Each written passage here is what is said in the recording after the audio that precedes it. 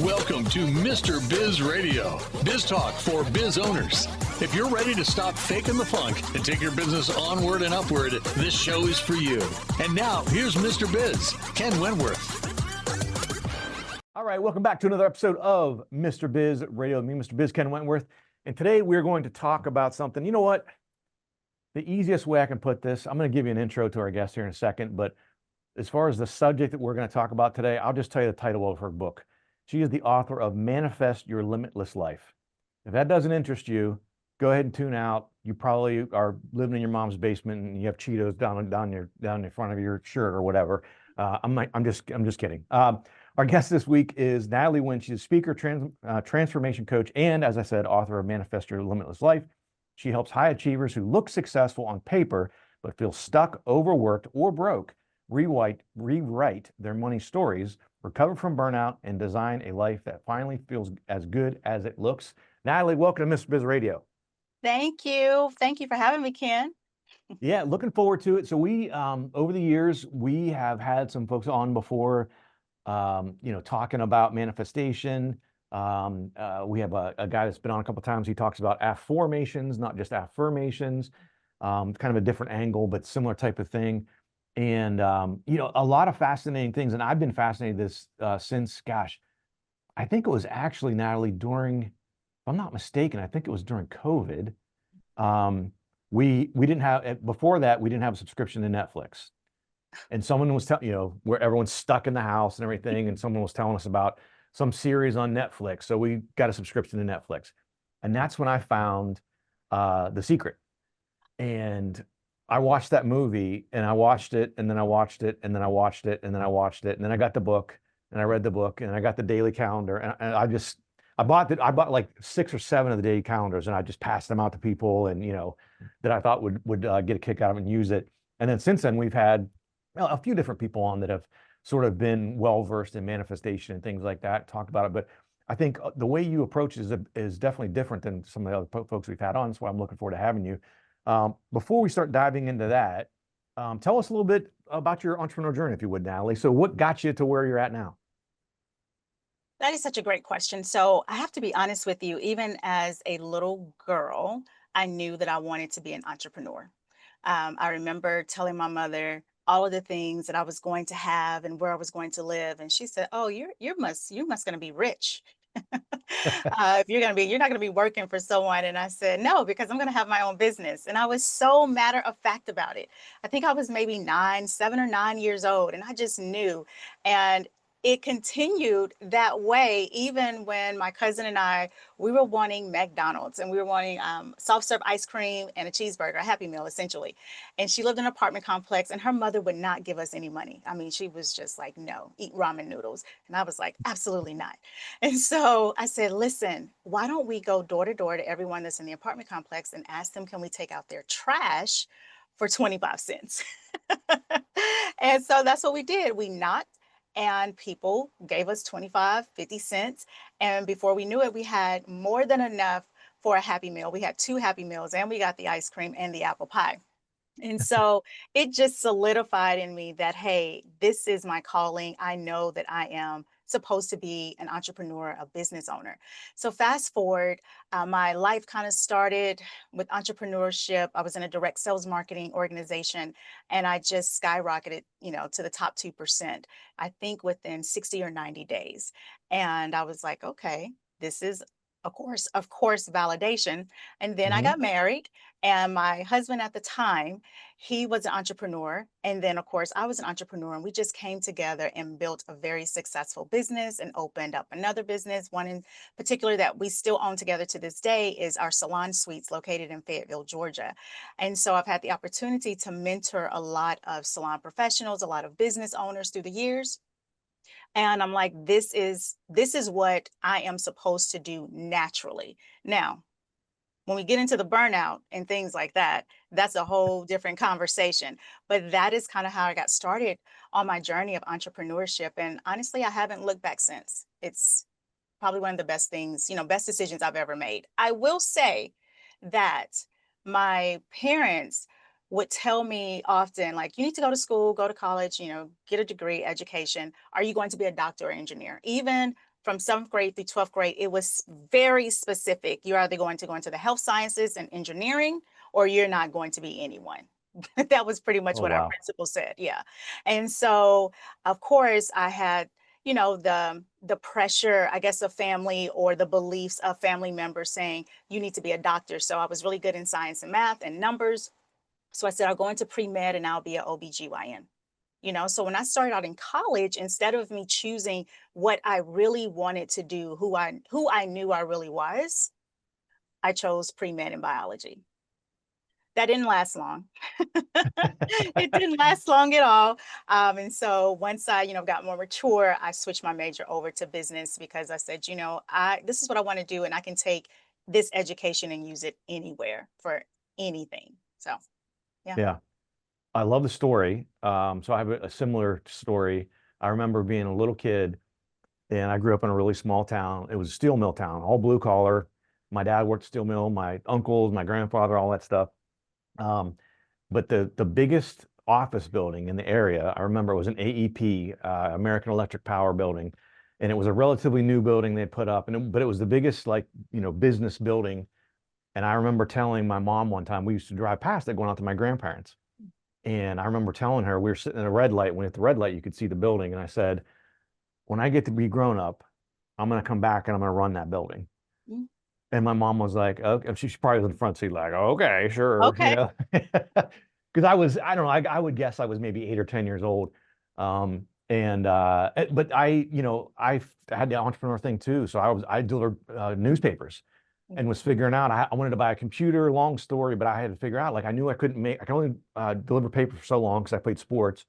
And how could I make more money delivering papers to have enough to buy this computer before I have to go back to doing sports, and trying to figure that out. And I did something similar, like how could I get more tips? So I did a survey with all the people on my paper route to serve them better, to get bigger tips so I have enough money and all that good stuff. So very similar to you. Hey, let me take out your trash for a quarter, Right. So I love that story. And it's so funny. I ask almost every guest when we start the show, tell me about your entrepreneurial journey. And one of the reasons why, and I've been asking that same question, is usually my first question, for years now.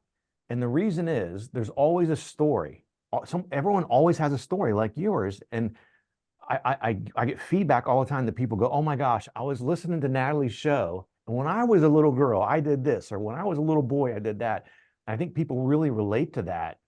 And I think sometimes too, Natalie, is that might help them realize, like, I am an entrepreneur, and I was as a little kid. I didn't really realize that as entrepreneurship at the time. And so, I think it's super cool. You did mention burnout, and we're running out of time here, but I do want to talk about, when we start the next segment, is, some of the early warning signs that someone is moving from, oh my gosh, I'm tired, into I'm just truly burnout. What are some of those signs, and what are some of the first things that we should do? I want to make sure we talk about that at the beginning of the next segment. Again, we're talking this week with Natalie Wynn. You can find out more at her website, inspirelife365.com, inspirelife365.com. We'll put that in the show notes as well. And as Natalie and I were talking before the show started, she has quite the social media presence. So hit her up on TikTok. Again, inspirelife365, you can find her. Get her on the gram. She's on Facebook. She's on LinkedIn as well. Come back after the break. We'll continue talking with Natalie Wynn. If you would like to reach hundreds of thousands of business owners every week, Mr. Biz Radio can help. Our show airs globally 7 days a week for more than 25 hours across several internet radio stations, plus 20 plus podcast platforms. Also, video exposure on the new exclusive Mr. Biz Network streaming channel, which gets blasted to 100 plus streaming platforms, and the Mr. Biz YouTube channel, and our 350,000 social media followers multiple times every week. Join Mr. Biz Nation as an advertiser by emailing us at info@MrBizSolutions.com. Attention, Mr. Biz Nation. We have an exclusive offer just for you.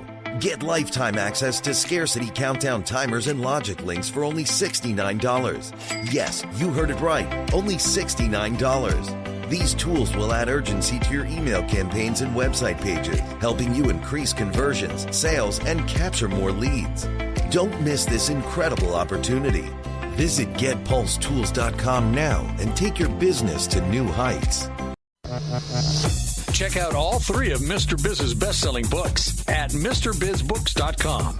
Now, once again, here's Mr. Biz. All right, welcome back to the show. And guys, I want to get back into this. There's so many things we were talking about. I was just telling Natalie during the break, a lot of different things. I want to make sure that, first of all, I shut my yap and let Natalie give us her expertise. You guys hear me talk all the time, but I want to get right into what I tease. So what are some of those warning signs that you see, Natalie? You mentioned burnout, that someone is, if they're just tired, maybe they're just working their butt off and not getting enough sleep, versus they're actually truly burnout. And if you do recognize those things, what are they? And then what are the first things you should do in the first, 48, 72 hours to like flip the switch? Yeah, that's a great question. So some of the red flags that I talk to my clients about, or even in some of my workshops when it comes to burnout, is number one, I'm going to say this, and for some people, this might ruffle feathers, but people pleasing. Saying yes when you know you should be saying no. And just doing. People pleasing a lot of times comes through misalignment. We think that's going to help us get to the next level faster, get that promotion. And most times, if you really sit down and look at it and think about all the times you said yes when you wanted to say no, did you complete it? That's number one. Did you really complete it the way that it needs to be completed? Did you get the promotion? Or did you get the accolades? Did you get more time, more freedom? All of these different things that you're thinking you're going to get by doing more. So people pleasing is a big one. Setting those boundaries is so important. Another thing is, you mentioned the sleep. So yeah, that's the sleep, with the lack of sleep coming from being an entrepreneur, because this. There isn't a 9 to 5 per se with entrepreneurship. It might be 9 to 12. It might be all night. And depending on how passionate you are, you may not even feel like, you're working at all. But there does come a point where it is a lack of sleep due to probably insomnia, due to just fatigue running in your mind, all of the things that you need to do. And then you're not doing anything, actually. You're not getting anything done. And so that is definitely a red flag of burnout. I would say the lack of motivation, just trying to figure out, well, what am I going to do next? Or I don't want to do anything. I don't want to talk to anyone. I don't want to see anyone. And many times it's not because you've necessarily lost passion for what it is you're doing.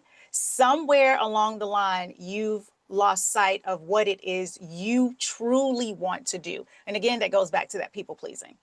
You're probably doing things for other people that you wouldn't ordinarily do for yourself, or the vision that you set for your company. It's not something that you've planned for or even wanted to do in the first place.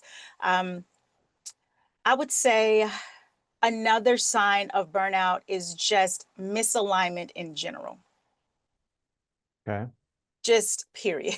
And I can take this to a business perspective, and this is a great story. So with my Salon Suites, obviously we provide 30 independent rooms for all of our professionals. So anyone can come through who's a professional in the wellness beauty industry, and they can open up their own business. Well, there was a moment where we had some suites that were empty. And for years, we talked about opening a business within a business. I call it a business within a box, a B&B. And so I thought, okay, well, we could do a salon. We could do a nail salon, because we didn't have a nail salon expert there.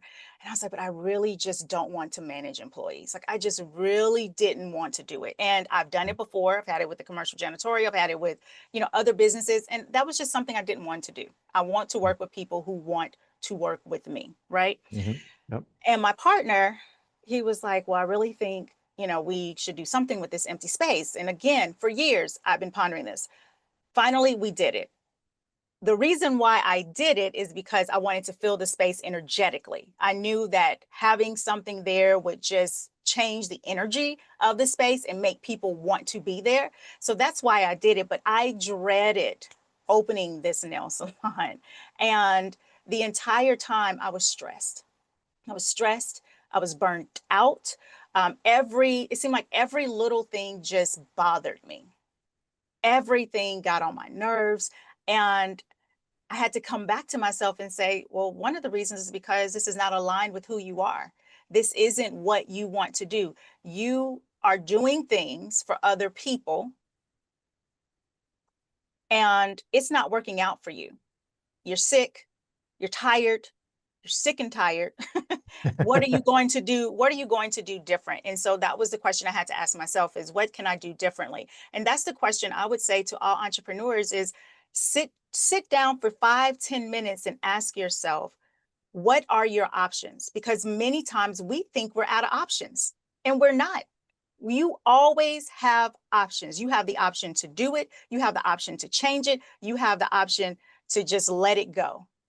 And whatever you decide, as long as it resonates for you and it's in alignment with who you are, you're going to find that other opportunities are easily going to come to you because now you're free. You have the mindset, the mind space to actually be free. So that would be the first thing I would tell someone is sit down and really ask yourself, what is it that you want? When I ask my clients that, very successful, professional individuals, most times the room just gets quiet. Yeah. They don't even know what they want, Ken. People aren't clear on what it is they truly want. And once you have that bit of information, then take that and look at what you're currently doing and ask yourself, is this what I should be doing? Does this allow me to show up as my highest version, as my best self? And if it doesn't, then now you can start to put yourself in position to make changes. One thing I know about entrepreneurs is that we're problem solvers. That's what I know. So if there's a problem, we find a solution, and we have to be willing to do that in our own lives and not stay stuck in that burnout cycle.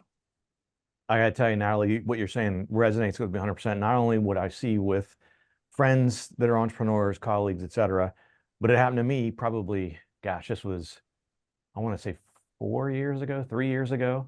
I got to the end of the year. I'm in the middle of December. I'm taking a look back at the year at, what I had done. I worked my butt off, and I literally had started, because as I had started to have some more success, more opportunities were, so where I'm going with this.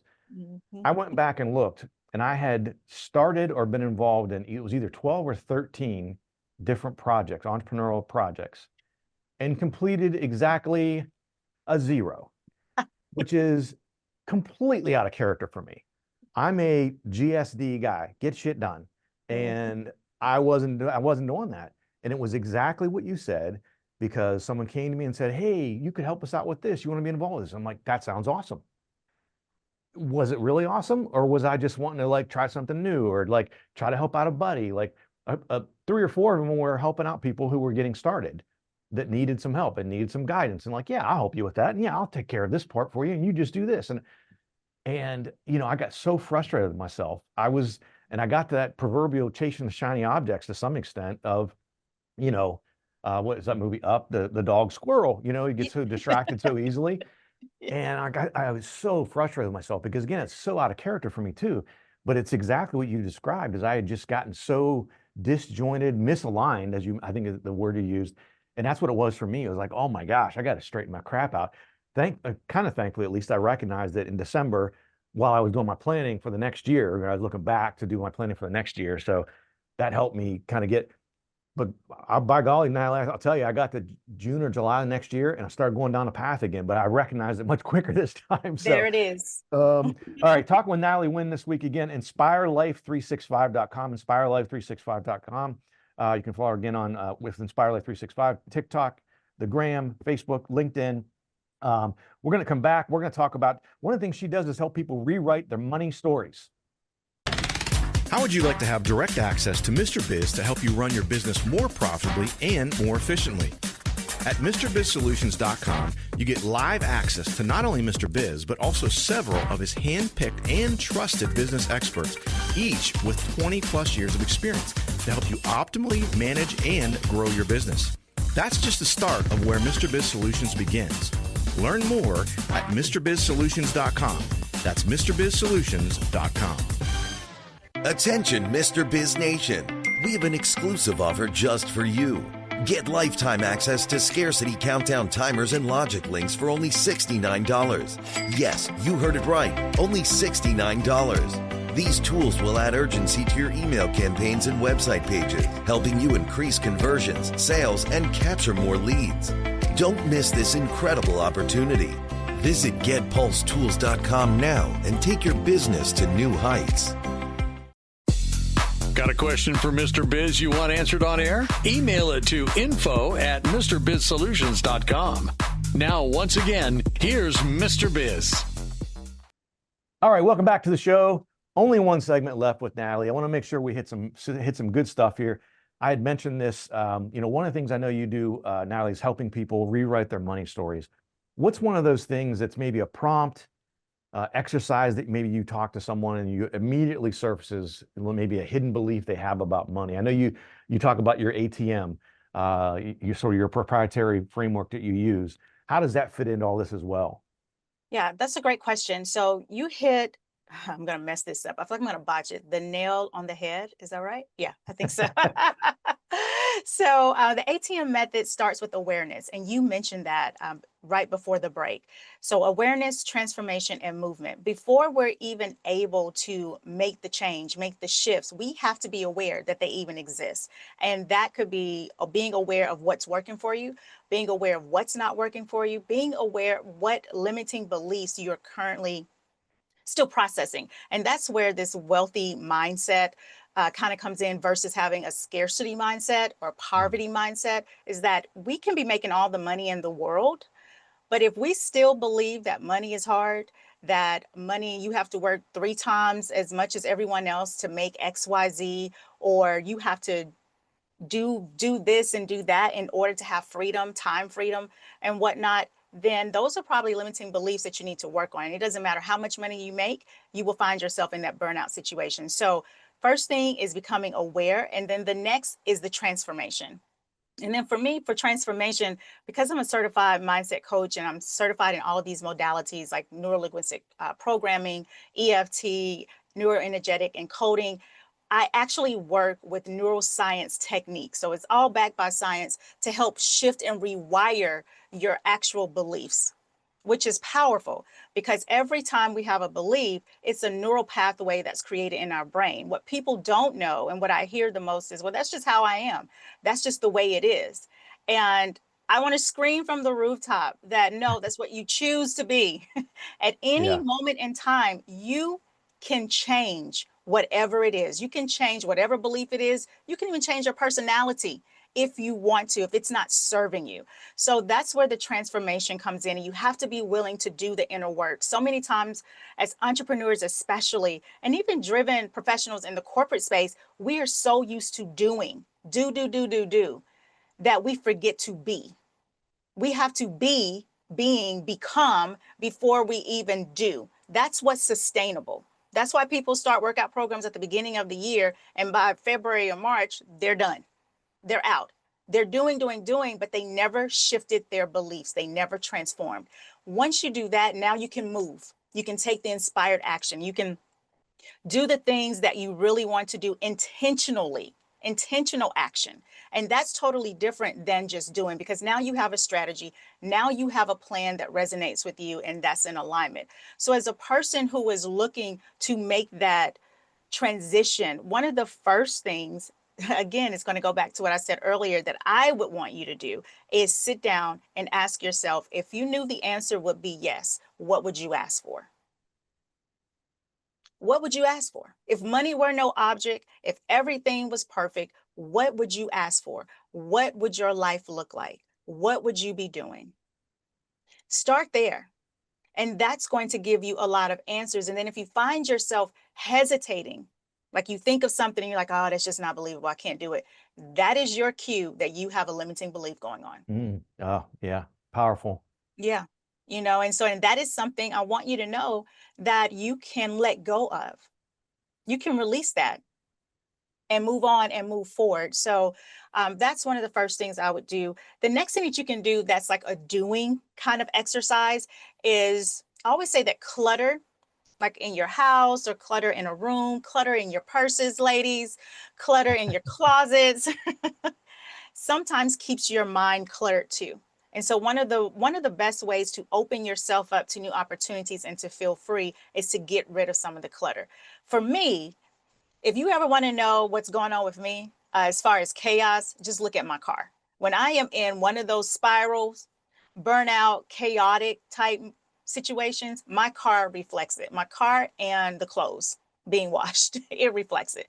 So I immediately know, oh, there's a problem there. There's an issue here. I need to do some work. I need to do some inner work and figure out what it is. So what you can do is go through and clear out the things that you no longer need. Those old receipts that you've been hanging on to since 2020. You can let those go now. Like clear that out.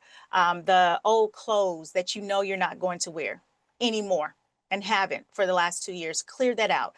What that does is that it creates more space. It creates more space for things to then come into your life, more opportunities. And I know that sounds crazy, but trust me and try it. And you don't have to tackle the entire house. Just take one thing.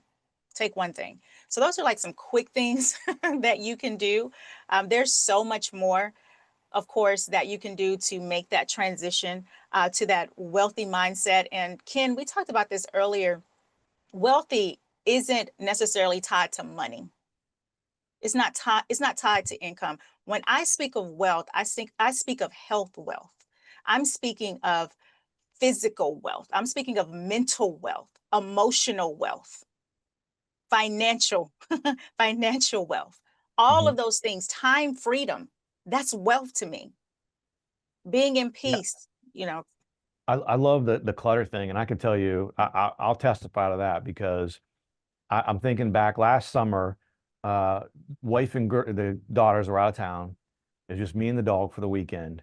And I like to tackle big house projects, right? No one's in the way. Yeah. I could put my jams on, blast the music as loud as I want, maybe have a few adult frescoes. Who knows, right? Who knows? But I went through my closet.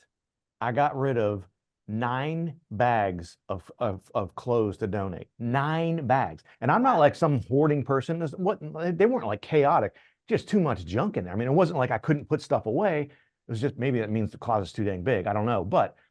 And literally the feeling I got, I was so proud when I got done with those 9 bags, and it was a lot of work and going through a lot of stuff and what to throw away and what could I donate, and I might be able to give this to so-and-so. I took pictures of the bags and I'm texting out to my buddies. I'm like, look at this. What'd you do this weekend? And then even the extra payoff for that, Natalie, was, the next day you kind of forget. And I walk in that closet and I'm like, damn, this looks good. You felt great, didn't you? Yes. Yeah. Like you could do anything. The same thing. Like my car is always very neat, but my home office gets cluttered sometimes. And same thing. If I spend an hour going through stuff, getting rid of the piles that inevitably I make, and and it's like, man, I feel so good. I see the pile of trash or recycle stuff, and then I walk in my office the next day, and the same thing, that feeling of like, man, now this looks great. And I tell myself I'm going to keep it this way, and inevitably 6 months later, I got to go do the same exercise. Nonetheless, very powerful. So I want to get you out of here on this question. We've only got a little over a minute left. For the next 7 days, let's say the next 7 days, what's a tiny daily action that'll generate maybe the biggest sort of long-term momentum for someone who's feeling stuck in some way, shape, or form? They're feeling stuck. What's like one thing that they can do? It's a daily thing, something small that they can commit to really kind of have the biggest long-term momentum. Great question. So I am prepared for this, and I have something for every day, but please feel free to choose just one, and you can do that for the entire day. So Day number 1, identify where you're living in survival mode. Just because you're making money and you look good on paper doesn't mean that you're thriving. And I know that firsthand. So write down where you're living in survival mode. Day 2, write down the money beliefs that you heard growing up. Any beliefs that's no longer serving you that you heard growing up. Day 3, visualize your wealthy life and write down 3 feelings that it brings. 3 feelings. Clear out, I already told you Day 4, which is clear out the mental clutter. Choose one thing. 5, do one bold thing your future self would do. What would they be doing? In Day 6, create a freedom system, automate, delegate, eliminate one task that you can give to someone. And then 7, celebrate a win with gratitude.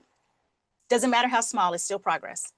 I love it. We're out of time, Natalie. Good stuff. That was a home run at the end too, especially.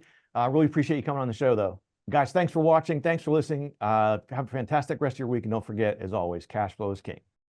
To become part of Mr. Biz Nation, follow him on all social media platforms or never miss a show by going to MrBizRadio.com. If you prefer free video content, visit the Mr. Biz YouTube channel or check out his streaming channel, which is available on 100 plus streaming platforms at MrBizNetwork.com.